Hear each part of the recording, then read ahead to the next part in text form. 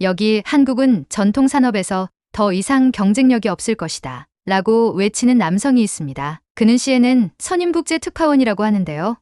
그는 왜 이렇게 믿고 있는 걸까요? 그리고 어떤 일로 충격을 받게 되는지 궁금합니다. 그럼 오늘 사연 시작합니다. 마지막 순간의 변화 정말 싫어요. CNN의 선임국제 특파원으로서 저는 제 시간에 대한 일정 수준의 존중을 기대하고 있었거든요. 그래서 상사인 드립은 무어에게서 온 메시지를 보며 얼굴을 찌푸리고 있었어요. 네, 사무실로.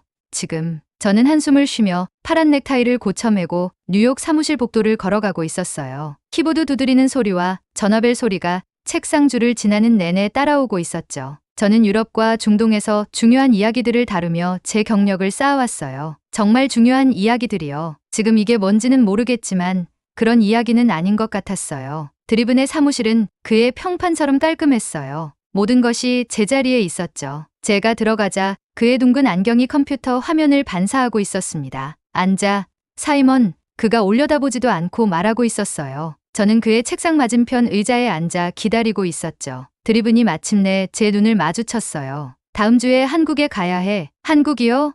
제가 놀라움을 감추지 못하고 있었어요. 브뤼셀로 가기로 되어 있잖아요. 무역회담이 시작되는데 로드리게즈를 대신 브뤼셀에 보낼 거야.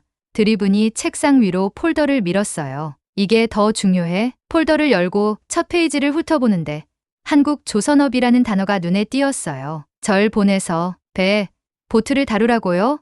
목소리에서 불신이 묻어나고 있었어요. 이건 비즈니스 기사잖아요. 재정 데스크에서 누군가를 보내세요. 드리븐이 안경을 벗고 코받침을 문지르고 있었어요. 그것보다 더 큰 의미가 있어. 세계 해운 산업이 큰 변화를 맞고 있어. 중국이 물량 기준으로 시장의 78%를 차지하고 있지만 한국 조선업체들은 기록적인 이익을 내고 있어. 대부분의 미국인들이 이해하지 못하는 뭔가가 일어나고 있다고. 그러니까 경제 기사군요. 제가 단조롭게 말했어요. 여전히 제 분야가 아닌데요. 이건 세계 권력 이동에 관한 거야, 사이먼. 한 나라가 모두가 죽었다고 생각한 산업에서 어떻게 역경을 이겨내고 있는지에 관한 거지. 드리븐이 안경을 다시 쓰고 있었어요. 월요일에 비행기가 떠나. 레이첼 포스터가 카메라 작업을 맡을 거야. 다시 반대하려고 했지만 그의 표정을 보니 소용없을 것 같았어요. 저는 폴더를 들고 일어났죠. 알겠어요. 얼마나 오래요? 2주. 한국 회사 HD현대에서 모든 걸 준비했어. 연락할 사람은 글로벌 협력팀의 유아린이라는 여성이야. 사무실을 나서자 레이첼이 복도에서 저를 덮쳤어요. 그녀는 이미 카메라 가방을 어깨에 메고 있었고 얼굴은 흥분으로 빛나고 있었죠. 한국이라니 믿을 수 있어? 난 항상 그 거대한 조선소들을 보고 싶었다고. 그녀의 열정이 제 기분을 더 나쁘게 만들고 있었어요. 시간 낭비야. 제가 중얼거렸어요. 난 진짜 뉴스를 다뤄야 하는데. 뭘 그래. 거대한 배들, 최첨단 기술, 다른 나라가 어떻게 제조업에서 중국을 이기고 있는지 볼 수 있는 기회라고. 정말 대단할 거야. 저는 그녀의 흥분을 공유하지 않고 있었어요. 이 임무는 한 단계 내려간 것 같은, 정말로 시청자들에게 영향을 미치는 중요한 이야기들에서 벗어난 기분이었죠. 갈등과 드라마, 정치적 중요성이 있는 이야기들 말이에요. 그날 밤 제 아파트에서 저는 부엌 테이블 위에 폴더의 내용물을 펼쳐놓고 있었어요. 건조 중인 거대한 배들의 사진들, 시장 점유율과 이익률을 보여주는 차트들, 한국만이 제대로 만들 수 있다는 LNG 운반선에 관한 보고서들이 있었죠. 더 많은 정보를 찾아보며 한국 조선업에 대해 읽어보고 있었는데 의심이 커지고 있었어요. 숫자들은 인상적으로 보였지만 전에도 인상적인 숫자들을 봤거든요. 여기에 뭔가 속임수가 있을 거예요. 주말이 너무 빨리 지나갔어요. 저는 평소처럼 효율적으로 가방을 꾸리고 있었어요. 녹음기, 노트북, 여권, 모든 것이 제자리에 있었죠. 모든 이야기에 각도가 있는 것처럼요. 그리고 저는 이미 제 각도를 정했어요. 변화하는 세상에서 전통산업이 어떻게 버티고 있는지. 노스텔지어가 있고 조금은 슬픈 그런 이야기요. 월요일 저녁, 저는 서울행 직항 비행기 좌석에 자리를 잡고 있었어요. 12시간 비행이었죠. 12시간 후면 세계 산업 역사의 각주처럼 느껴지는 곳으로 발을 들여놓게 될 거예요. 레이첼이 옆에 앉아 이미 카메라 샷과 비디오 세그먼트를 계획하고 있었어요. 이거 정말 대단할 거야. 그녀가 한국에 관한 가이드북을 넘기며 말했어요. 영하 163도에서 천연가스를 운반할 수 있는 배를 만든다는 거 알아?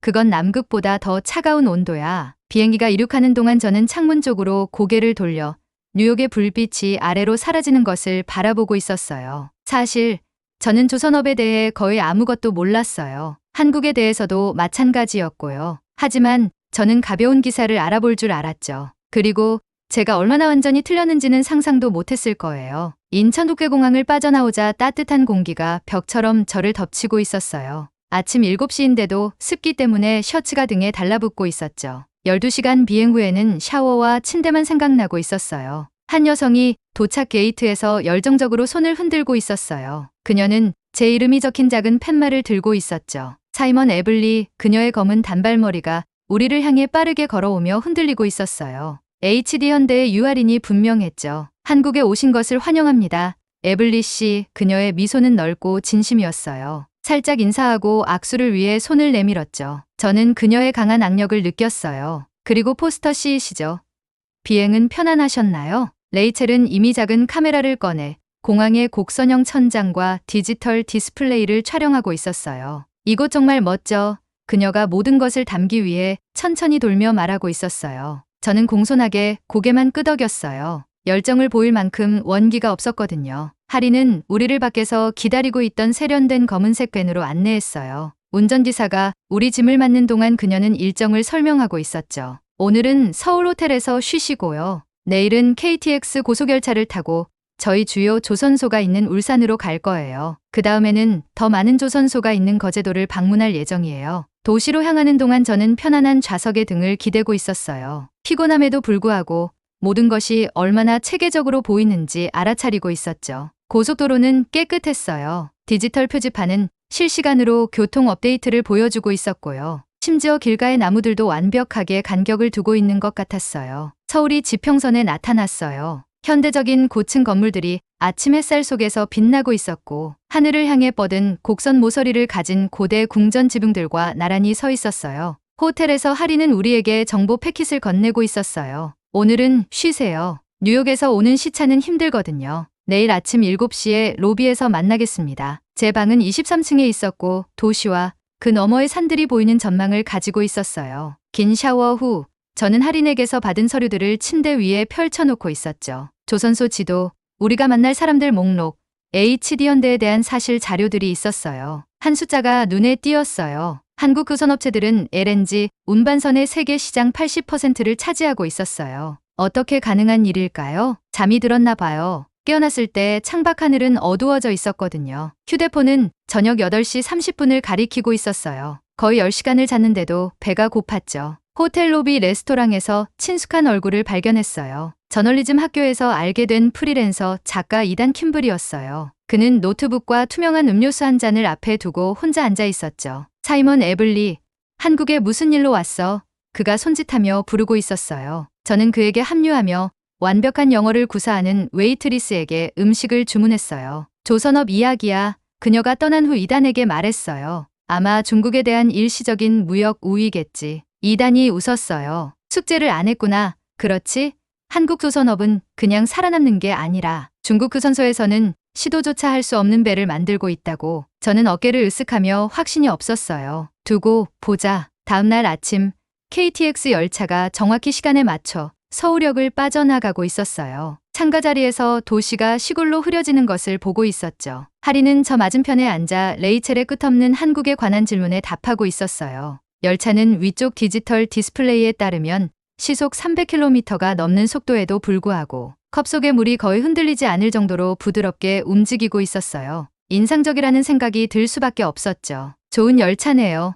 제가 인정했어요. 하린이 고개를 끄덕였어요. 한국 공학은 정밀함에 초점을 맞춰요. 조선업에서도 같은 원칙이 적용되지만 훨씬 더 큰 규모로요. 3시간 후 우리는 산업단지가 지배하는 해안 도시 울산에 도착했어요. 은발의 남자가 플랫폼에서 우리를 기다리고 있었죠. 그의 얼굴은 눈 주위에 깊은 주름이 있었지만 자세는 곧고 강했어요. 이분은 서명진 노조 부위원장님이세요. 하린이 우리를 소개했어요. 그의 악수는 단단했고 눈빛은 직접적이고 평가하는 듯했어요. 그의 조용한 품위에 저도 모르게 조금 더 바른 자세를 취하고 있었죠. 하린의 설명에 따르면 그는 40년 넘게 이 조선소에서 일해왔대요. 단순한 화물선에서 지금까지 건조된 가장 복잡한 선박으로 산업이 변모하는 것을 목격했대요. 우리는 울산 거리를 지나 해안선을 향해 달리고 있었어요. 갑자기 거대한 구조물들이 멀리서 나타났어요. HD현대, 조선소는 작은 도시처럼 해안을 따라 펼쳐져 있었어요. 우리는 배지가 꼼꼼히 확인되는 보안 게이트를 통과했어요. 할인의 설명으로는 안전이 최우선이래요. 수백 톤 무게의 강철 부분이 공중으로 이동하는 곳에서는 한 번의 실수가 치명적일 수 있대요. 브리핑룸에서는 차트와 통계가 우리 주변의 화면들을 가득 채우고 있었어요.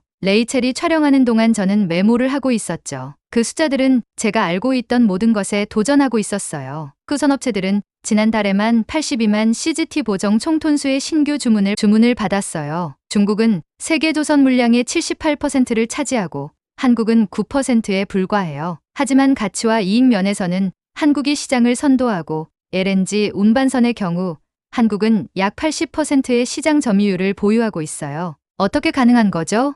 제가 물었어요. 중국은 더 많은 조선소와 저렴한 인건비를 가지고 있잖아요. 명진이 처음으로 말했는데 그의 목소리는 깊고 차분했어요. 우리는 가격으로 경쟁하지 않아요. 정밀도, 혁신, 신뢰성으로 경쟁하죠. 할인이 고개를 끄덕였어요. 우리는 신뢰를 판매합니다. 에블리시. 선박회사가 수억 달러가 들고 지구상에서 가장 가혹한 환경에서 30년 동안 안전하게 운영되어야 하는 선박을 주문할 때 그들은 한국 조선소를 선택해요. 마케팅 문구처럼 들렸지만 현실을 직접 봐야 했어요. 우리는 노란 안전모, 안전조끼, 철제 앞코 부츠를 착용했어요. 밖으로 나서자 작업의 규모가 물리적인 힘처럼 저를 강타했어요. 우리 앞의 도크는 5층 건물보다 깊고 여러 개의 축구장보다 길었어요. 안에는 LNG 운반선이 될 강철 골격이 자리 잡고 있었는데 아직간쯤 완성되었을 뿐인데도 이미 거대했어요. 작업자들이 구조물 주변에서 목적을 가지고 움직이고 있었어요. 지상 높은 곳에서는 용접 작업장에서 불꽃이 튀고 있었죠.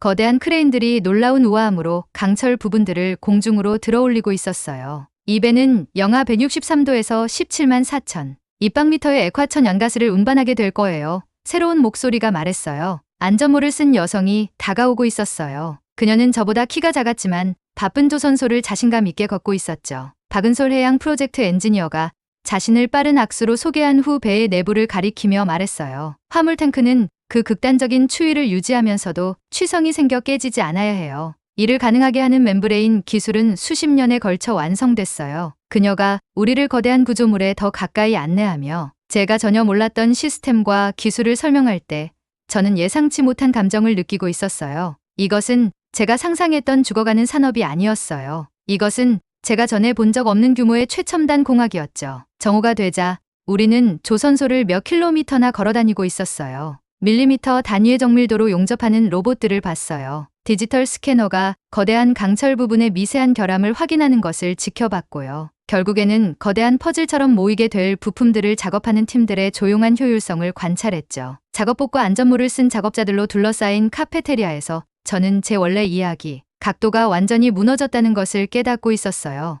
이것은 오래된 산업이 버티고 있는 이야기가 아니었어요. 이것은 변화, 재창조, 비전에 관한 이야기였죠. 그리고 우리는 여정을 이제 막 시작했을 뿐이었어요. 내일은 더 많은 조선소가 있는 거제도를 방문하고 배의 진수식, 이 거인들 중 하나가 처음으로 물에 닿는 순간을 볼 예정이었죠. 호텔로 돌아가는 길에 저는 어두워지는 하늘 속에서 빛나는 조선소 불빛을 창밖으로 바라보고 있었어요. 제 선입견이 하나씩 무너지고 있었죠. 저는 경제적 경쟁에 관한 단순한 이야기를 찾으러 왔어요. 하지만 훨씬 더 복잡하고 매력적인 무언가를 발견하고 있었죠. 회의적인 질문들로 시작했던 제 노트북 페이지는 이제 제가 발견할 거라고 전혀 예상하지 못했던 관찰과 통찰로 넘쳐나고 있었어요. 제가 알고 있던 평범한 세계는 저 뒤로 사라지고 새로운 이해가 형태를 갖추기 시작하고 있었죠. 거제도 위 아침 하늘이 이상하게 보이고 있었어요. 어두운 구름들이 지평선을 너무 빠르게 가로지르고 있었죠. 공기는 습기로 무거워서 셔츠 칼라가 목에 달라붙고 있었어요.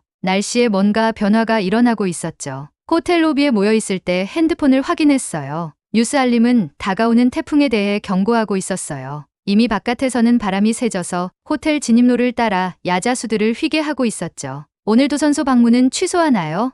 할인이 방문자 배지를 나눠줄 때 물어봤어요. 그녀는 익숙한 솜씨로 날씨 지도를 확인하며 태블릿을 보고 있었어요. 태풍이 아직 몇 시간 떨어져 있어요. 하나오션을 방문해서 상황이 악화되기 전에 선박 진수 준비를 볼 수 있을 거예요. 레이첼은 날씨 경고에도 불구하고 얼굴에 흥분을 감추지 못하며 카메라 가방을 조정하고 있었어요. 폭풍 속 선박 진수라니? 정말 놀라운 영상이 될 거야. 저는 그 생각에 그다지 열광하지 않고 있었어요. 뉴욕에서는 극한 날씨라면 실내에 머무는 것이지. 거대한 움직이는 물체와 깊은 물 분지가 있는 대규모 산업 현장을 방문하는 게 아니었거든요. 우리 배는 이미 평소보다 높게 방파제에 부딪히는 파도가 있는 해안도로를 따라 달리고 있었어요. 안개 낀 공기를 통해 하나오션 조선소가 나타났어요. 보안 게이트에서 우리는 새로운 안내자를 만났어요. 울산에서 처음 만났던 박은솔 해양 엔지니어였죠. 오늘 그녀는 기술 도면이 가득한 태블릿을 들고 유니폼 위에 밝은 노란 비옷을 입고 있었어요. 날씨가 예상보다 빠르게 변하고 있어요. 그녀가 어두워지는 하늘을 보며 말했어요. 아직 할 수 있을 때 서둘러 진수 준비를 봐야 할 것 같아요. 주 사무실 건물 안에서는 작업자들이 날씨 모니터 주변에 모여 있었어요. 목소리는 조용했지만 긴급했죠. 제가 이해하지 못하는 언어에서도 걱정을 알아볼 수 있었어요. 은솔은 우리를 주요 건선거가 내려다 보이는 창문이 있는 회의실로 안내했어요. 거대한 콘크리트 분지 안에는 거의 완성된 LNG 운반선이 자리 잡고 있었어요. 곧 바다를 건너 액화천 연가스를 운반하게 될 강철과 기술의 거대한 구조물이었죠. 저 배는 17만 톤이 넘어요. 은솔이 설명하고 있었어요. 물속으로 옮기려면 정확한 계산과 완벽한 타이밍이 필요해요. 오늘 진수는 날씨 때문에 지연될 수도 있어요. 그녀의 말에 반응하듯 제 핸드폰이 또 다른 알림으로 진동했어요. 태풍이 방향을 바꿨대요. 거제도를 향해 더 빠르게 움직이고 있었어요. 명진이 심각한 표정으로 방에 들어왔어요. 그는 은솔에게 한국어로 빠르게 말한 다음 우리에게 말했어요. 폭풍이 가속화되고 있어요. 배를 제자리에 고정할지 아니면 상황이 악화되기 전에 진수를 진행할지 결정해야 합니다. 창문을 통해 작업자들이 더 급한 모습으로 움직이는 것을 보고 있었어요. 비가 유리에 튀기기 시작했죠. 돌풍이 회색 하늘을 배경으로 약간 흔들리게 만들며 거대한 부두, 크레인을 구부리고 있었어요. 태풍 동안 건선거에 배를 두는 게 위험한가요? 제가 물었어요. 은솔이 고개를 끄덕였어요. 두 선택 모두 위험이 있어요. 물속에서는 배가 파도와 함께 움직일 수 있지만 부두를 손상시킬 수 있고, 건선거에서는 강한 바람이 지지 구조물을 손상시킬 가능성이 있어요. 방은 더 많은 엔지니어와 관리자들로 가득 차고 있었어요. 그들은 한국어로 빠르게 말하며 날씨 지도와 구조 도면을 가리키고 있었죠. 저는 이전에 위기 상황을 다룬 적이 있어요. 그리고 예상치 못한 도전에 직면한 전문가들의 집중된 에너지를 알아보고 있었어요. 결정은 빠르게 내려졌어요. 폭풍의 최악의 상황이 오기 전에 지금 진수하기로요. 좁은 기회에 창이 있었고 그들은 그것을 잡고 있었어요. 관측 플랫폼으로 가겠습니다. 할인이 우리에게 말했어요. 이것들이 필요할 거예요. 그녀는 우리에게 밝은 주황색 방수 재킷과 바지를 건넸어요. 레이첼은 곧바로 숙련된 손놀림으로 카메라 장비를 방수 처리하기 시작했어요. 관측 플랫폼은 건선거 가장자리에서 3층 높이에 서 있었어요. 우리가 금속 계단을 오르는 동안 바람이 우리 옷을 잡아당기고 있었어요. 이제 비가 옆으로 내리며 제 얼굴을 따갑게 때리고 있었죠. 우리 아래에서는 거대한 배가 최종 준비를 하는 작업자들에 둘러싸여 콘크리트 요람에서 기다리고 있었어요. 정상적인 진수에서는 이 지역이 손님들과 회사 임원들로 가득 찼을 거예요. 할인이 바람을 뚫고 소리쳤어요. 오늘은 필수 인원만 남아 있어요. 진수 과정이 시작되자 저는 매료되어 지켜보고 있었어요. 배의 무게를 지지하는 거대한 블록들이 점차 제거되고 있었죠. 물이 통제된 채널을 통해 건선거로 흐르기 시작했어요. 배는 아직 움직이지 않았지만 곧 처음으로 자체적으로 떠오를 거였어요. 갑자기 조선소 전체에 경보가 울렸어요. 관제탑에서 빨간 불이 깜빡이고 있었죠. 뭔가 잘못되고 있었어요. 은솔의 무전기가 지직거렸어요. 그녀는 주의 깊게 듣고 나서 긴급함이 담긴 눈으로 우리에게 돌아섰어요. 지지 블록 섹션에 응력 균열이 나타나고 있어요. 물이 적절한 수준에 도달하기 전에 그것들이 실패하면 배가 한쪽으로 기울 수 있어요. 제가 이것이 무엇을 의미하는지 이해하기도 전에 그녀는 계단을 뛰어내려 가고 있었어요. 명진이 빠르게 따라갔죠. 생각할 겨를도 없이 저는 그들을 뒤따랐고 레이첼도 바로 뒤에서 카메라를 돌리며 따라오고 있었어요. 부두 가장자리에서는 안전모와 안전장비를 착용한 작업자들이 조화로운 정밀함으로 움직이고 있었어요. 일부는 유압 시스템을 조작하고 있었고 다른 이들은 태블릿과 모바일 스테이션에서 구조적 무결성을 모니터링하고 있었죠. 아무도 당황하지 않았지만 모든 얼굴에서 긴장감이 보이고 있었어요. 자연의 비상지지대를 추가해야 해요.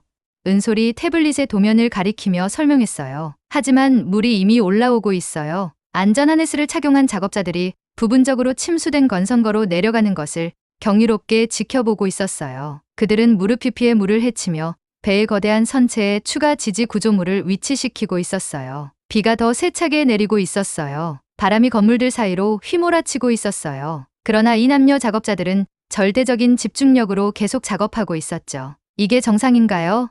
가까이에서 작업을 모니터링하고 있는 명진에게 물어봤어요. 그가 고개를 저었어요. 정상은 아니지만 우리는 이런 상황에 대비해 끊임없이 준비하고 있어요. 모든 작업자는 비상시 정확히 무엇을 해야 하는지 알고 있죠. 긴장된 관찰 속에 몇 시간이 흘렀어요. 우리 주변에서 폭풍이 심해지고 있었지만 조금씩 위기는 관리되고 있었어요. 추가 지지대가 안전하게 설치되었죠. 수위가 통제된 속도로 상승하고 있었어요. 점차적으로 거대한 선박이 지지대에서 고르게 들려 떠오르기 시작했어요. 늦은 오후가 되자 어려움에도 불구하고 배가 건선거에 완전히 떠 있었어요. 예인선들이 도크 게이트가 열리면 항구로 안내하기 위해 줄을 연결했죠. 엔지니어들은 모든 시스템을 확인하고 또 확인하고 있었어요. 처마 아래 피에 서서 이 계획과 팀워크의 승리를 지켜보면서 저는 무언가 심오한 것을 목격하고 있다는 것을 깨닫고 있었어요. 이것은 단지 배를 만드는 것에 관한 게 아니었어요. 도전에 직면하고 예상치 못한 상황에 적응하며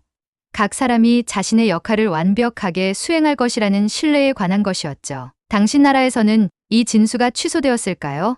할인이 재킷 후드에도 불구하고 얼굴에 젖은 머리카락이 붙은 채 저에게 물었어요. 저는 정직하게 질문을 고려했어요. 아마도요. 우리는 가능하다면 어떤 위험도 피하는 경향이 있죠. 그녀가 고개를 끄덕였어요. 때로는 폭풍을 피하기보다 맞서야 할 때가 있어요. 강철은 불과 압력을 통해 더 강해져요. 아마도 사람과 회사도 그럴 거예요. 어둠이 내리자 조선소 불빛이 비를 황금빛 원불로 비추고 있었어요. 몇 시간 전에는 위협받는 것처럼 보였던 거대한 선박이 이제 폭풍이 지나가기를 안전하게 기다리고 있었어요. 내일 상황이 좋아지면 도크를 떠나 물 위에서의 삶을 시작할 거예요. 오늘 저는 한국 조선업의 핵심을 봤어요. 인상적인 기술이나 거대한 규모뿐만 아니라 위기에 대한 통일된 대응에서요. 관리자와 작업자 사이의 신뢰, 오늘의 비상 상황을 관리 가능하게 만든 철저한 준비. 그날 밤 호텔로 돌아와서 저는 창밖에서 여전히 맹위를 떨치고 있는 폭풍을 바라보고 있었어요. 제 노트북은 오늘의 극적인 사건들에서 관찰한 내용으로 가득 차 있었지만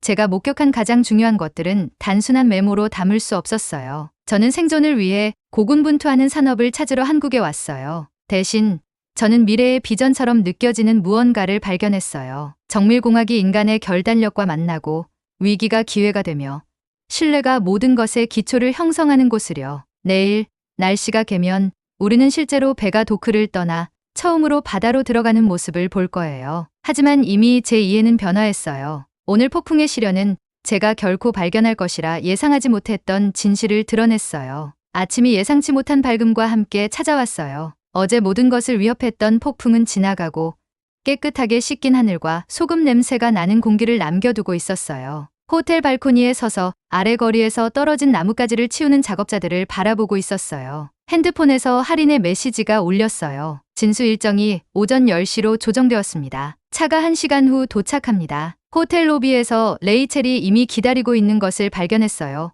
카메라 장비를 확인하고 있었죠. 이단 킴블이 진수를 관찰할 수 있는 허가를 받아 우리와 합류했어요. 이걸 놓칠 순 없지. 그가 기대감으로 눈을 빛내며 말했어요. 배진수는 건물이 수영을 배우는 것을 보는 것과 같아. 조선소 입구에서 분위기가 달라진 것을 느꼈어요. 공기 중에 흥분이 있었고 작업자들은 평소 유니폼의 더 깨끗한 버전을 입고 있었어요. 일부는 작은 태극기를 들고 있었죠. 이것은 그들에게 큰 순간이에요. 할인이 우리가 관측 구역으로 걸어가면서 설명했어요. 각괴는 몇 개월 또는 몇 년의 작업을 나타내요. 진수일은 그들의 창조물이 마침내 현실이 되는 때예요. 주요 도크 구역은 하룻밤 사이에 변모했어요. 수위가 이제 바깥 항구와 일치하고 있었고 거대한 게이트가 바다 쪽 끝에서 열려 있었어요. 예인선들이 부드럽게 엔진 소리를 내며 위치에서 기다리고 있었죠. 거대한 LNG 운반선이 이제 완전히 떠 있었고 고정 라인으로만 제자리에 잡혀 있었어요. 은솔이 피곤해 보이지만 만족스러운 표정으로 우리와 합류했어요. 비상지지대가 완벽하게 작동했어요. 선체 무결성이 100%예요.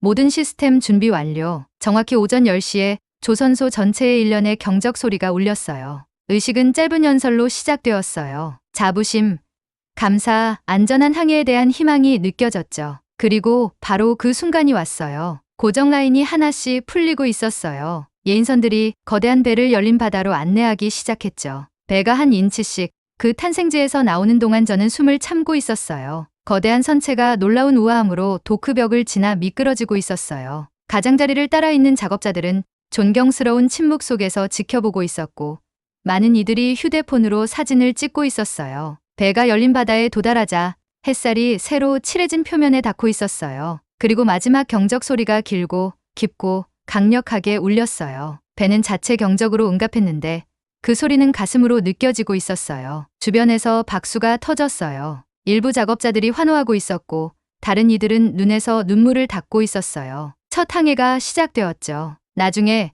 회사 본부에서 명진이 우리와 차를 나누고 있었어요. 오늘 보신 것은 단지 기술에 관한 것이 아닙니다. 그가 말했어요. 이것은 신뢰에 관한 것입니다. 설계자와 건설자 사이의 신뢰, 경영진과 작업자 사이의 신뢰, 한국과 세계 사이의 신뢰죠. 저는 제 초기 회의론, 한국 조선업 성공이 일시적인 이상현상이나 통계적 속임수일 것이라는 가정에 대해 생각하고 있었어요. 제가 얼마나 완전히 틀렸는지. 마지막 날 우리는 연구 개발센터를 방문했어요. 공학자들이 제로 배출 선박, 디지털 트윈 기술에 대해 작업하고 있었죠. 한 실험실에서는 가상현실 시스템이 엔지니어들이 배 안을 걸어볼 수 있게 해주고 있었어요. 50년 앞을 계획하고 있어요. 은솔이 설명했어요. 다른 이들이 오늘의 이익에 집중하는 동안 우리는 내일의 도전을 준비하고 있어요. 마지막 저녁, 하리는 세조선소를 내려다볼 수 있는 언덕으로 우리를 데려갔어요. 황금빛이 강철과 물에 닿아 전체 산업 경관이 아름답게 빛나고 있었어요. 집에 돌아가서 시청자들에게 무엇을 말씀하실 건가요?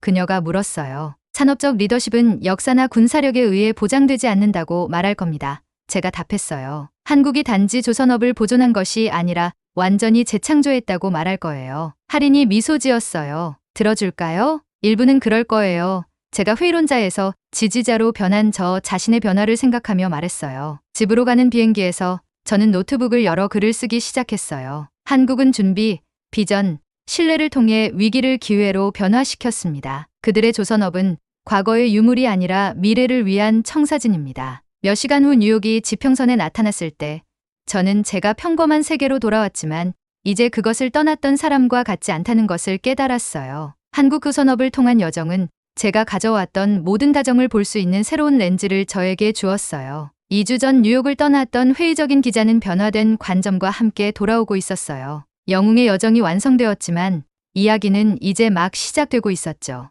여하튼 사연을 보내주신 사임원 에블리님에게 감사드립니다. 네, 그럼 오늘 사연 어떻게 들으셨나요? 오늘 사연이 재미있으셨다면 좋아요와 댓글 부탁드려요. 지금까지 저는 사연 읽어드리는 감동사연회의 정인아였습니다. 끝까지 시청해주신 모든 분들 고맙습니다. 더 좋은 영상으로 다시 찾아뵐게요. 감사합니다.